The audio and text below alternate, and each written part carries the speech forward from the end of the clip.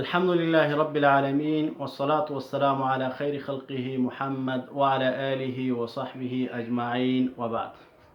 ورونو الله رب العالمين د غورز او زمانه پیدا کړي او ځینو ورځ ته به په ځینو نور ورځو باندې فضیلت ورکړي دي چې یو د فضیلت میاشتونه دغه میاشت چې اوس د 1443 کال داخل شونني د محرم د میاشتې اول تاریخ دی.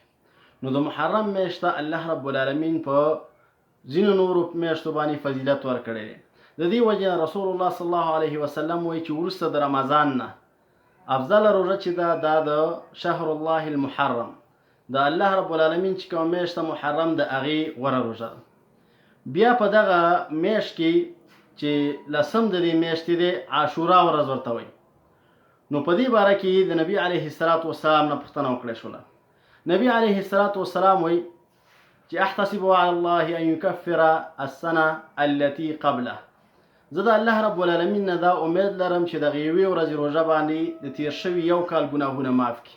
یعنې دغه یو د لسم د محرم چې راتلونکي څو ورځې بعد ده، نن اول دی او 9 ورځې وروسته. نو په دغه یو ورځ باندې الله رب العالمین انسان ته د تیر شوي کال ګناهونه معاف کوي.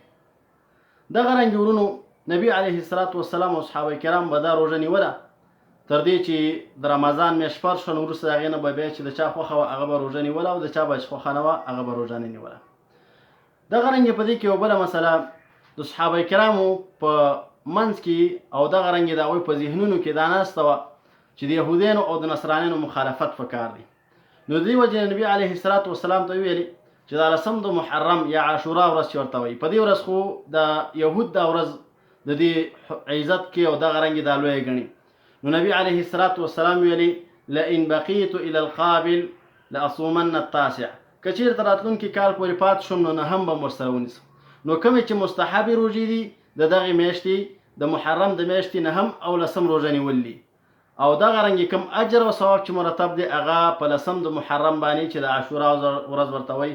الله رب العالمین دې موږ او تاسو ټول توفیق راکړي چې دې ورځې روژه ونیسو.